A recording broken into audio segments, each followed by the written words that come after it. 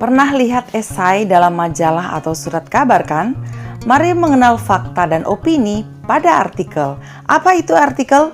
Jangan kemana-mana.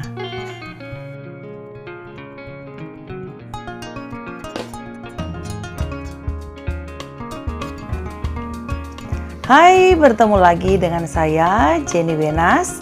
Kali ini pembahasan kita mengenai menyajikan gagasan melalui artikel. Tetap masih dalam edisi liburan, tetapi belajar tidak pernah mengenal kata libur. Menyajikan gagasan melalui artikel. Apa maksud dari judul yang di atas? Kita diminta untuk membuat ide atau pokok pikiran mengenai suatu hal dan menuliskannya menjadi suatu paragraf atau teks, namun dalam bentuk artikel. Nah, itu dia, bagaimana mengenuangkan gagasan kita itu menjadi suatu artikel. Kita harus pelajari terlebih dahulu apa yang dimaksud dengan artikel, kemudian kita dapat menyajikan gagasan-gagasan yang luar biasa yang kita miliki menjadi sebuah artikel. Muat di koran deh. Oke, apa yang dimaksud dengan artikel? Artikel adalah karya tulis lengkap, misalnya laporan berita atau esai dalam majalah, surat kabar, dan sebagainya menurut Kamus Besar Bahasa Indonesia edisi kelima. Kemudian artikel bertujuan untuk apa? Meyakinkan, mendidik, atau menghibur pembaca tentunya ya. Nah, apa yang dimaksud dengan artikel opini? Artikel opini adalah tulisan yang berisi pendapat penulis tentang data, fakta, fenomena, atau kejadian tertentu dengan maksud dimuat di surat kabar atau majalah. Nah, kali ini kita akan mempelajari pada bab ini mengenai menyajikan gagasan melalui artikel. Dan pada bab ini dibagi menjadi 4 bagian seperti yang ada di layar kaca Anda beserta dengan masing-masing indikatornya. Nah, apa yang akan saya bahas pada bagian ini yaitu pada bagian A. Mengevaluasi informasi baik fakta maupun opini dalam sebuah artikel yang dibaca. Dan pada materi selanjutnya kita akan bahas pada bagian B, C, dan D. Nah, pada bagian A, mengevaluasi informasi baik fakta maupun opini dalam sebuah artikel yang dibaca dibagi menjadi 2 indikator. Indikator yang pertama adalah menemukan informasi dalam artikel opini yang dibaca, dan indikator yang kedua membedakan antara informasi atau fakta dan opini penulis. Di dalam artikel, majalah atau surat kabar, kita akan menemukan fakta dan opini yang disajikan secara beriringan. Oleh karena itu, kita harus cermat agar dapat membedakan antara fakta dan opini. Nah, apa yang dimaksud dengan fakta dan opini? Fakta adalah hal, keadaan, peristiwa yang merupakan kenyataan, sesuatu yang benar-benar ada atau terjadi.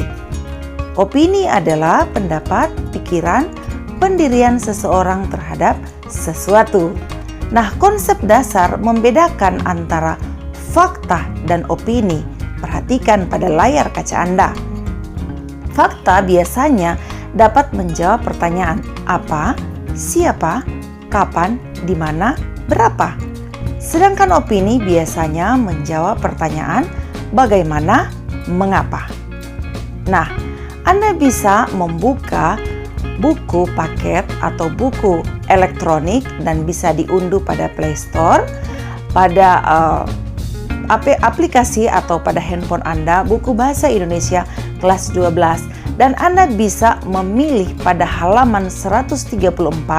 Silahkan membaca teks yang tersedia yang berjudul Agar Anak Miskin Terus Sekolah. Nah, Anda bisa membacanya. Dan apabila Anda tidak mengunduh pada aplikasi, saya sudah sediakan pada layar kaca Anda bisa screenshot agar Anda bisa membaca setelah Anda mendengarkan materi saya, judul teks Agar Anak Miskin Terus Sekolah. Dari artikel yang berjudul Agar Anak Miskin Terus Sekolah, kita dapat menemukan fakta dan opini. Nah, mari kita temukan fakta dan opini dalam artikel tersebut agar bisa mengetahui contoh fakta dan opini pada teks yang tersedia. Perhatikan penggalan teks berikut pada teks agar anak miskin terus sekolah. Nah, ini saya ambil penggalannya, tapi teksnya bisa Anda baca pada screenshot yang sudah Anda lakukan tadi. Nelson Mandela berujar bahwa pendidikan adalah senjata ampuh untuk menguasai dunia. Kata-kata mantan Presiden Afrika Selatan itu menegaskan betapa pentingnya pendidikan dalam mengubah hidup manusia, bahkan bangsa. Bangsa yang maju menandakan setiap warganya bisa mengakses pendidikan dengan baik, termasuk anak miskin sekalipun. Kalimat pertama paragraf tersebut dapat dikatakan sebagai fakta. Meskipun kalimat tersebut merupakan opini dari Nelson Mandela, tapi hal tersebut merupakan sebuah fakta bahwa Nelson Mandela pernah berujar bahwa pendidikan adalah senjata ampuh untuk menguasai dunia. Kalimat selanjutnya pada paragraf itu merupakan opini dari penulis. Pendapat penulis artikel terhadap ujaran yang pernah dikatakan oleh Nelson Mandela. Perhatikan penggalan teks berikut ini. Tak hanya itu, negara perlu berperan untuk mengawasi agar sekolah tidak melanggar hak-hak anak dalam memperoleh pendidikan.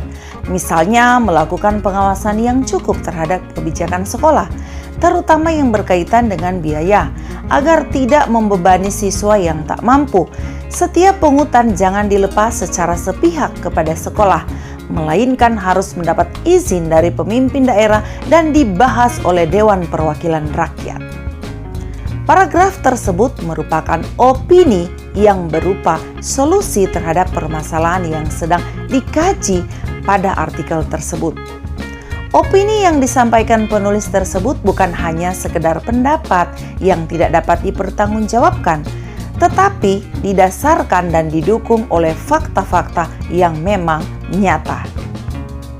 Nah, pada bagian ini, pada materi kali ini kita membahas pada bagian A, mengevaluasi informasi baik fakta maupun opini dalam sebuah artikel yang dibaca. Nah, indikator soal atau indikator yang sudah saya sampaikan sebelumnya, yang pertama menemukan informasi dalam artikel opini yang dibaca, Anda bisa temukan dan tandai informasi yang ditemukan pada artikel agar Anda dapat menemukan informasi artikel opini yang Anda baca. Nah, indikator yang kedua atau soal yang kedua, Anda membedakan antara informasi atau fakta dan opini penulis dengan cara membedakan antara fakta dan opini dengan mengisi kolom berikut ini.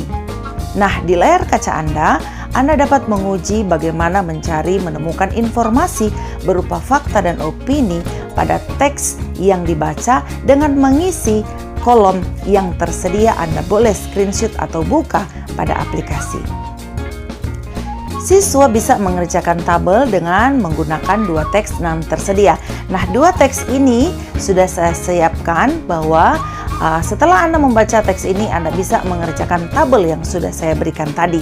Tapi jangan khawatir, teks yang berjudul Pak Raden dan Kisah Multikulturalistik akan saya sediakan dan sudah ada di layar kaca Anda. Anda bisa screenshot untuk membacanya setelah saya atau Anda mendengarkan materi dari saya.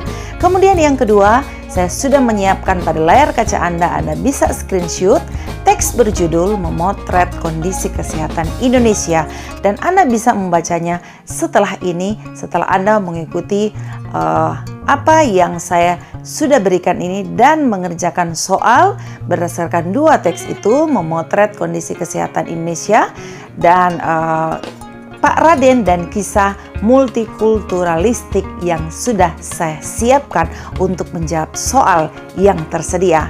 Oke, terima kasih. Selamat mengerjakan apa yang saya sampaikan tadi dan jangan lupa like, subscribe, nyalakan lonceng untuk mendapatkan notifikasi terbaru dan berikan komen yang positif demi kemajuan channel saya.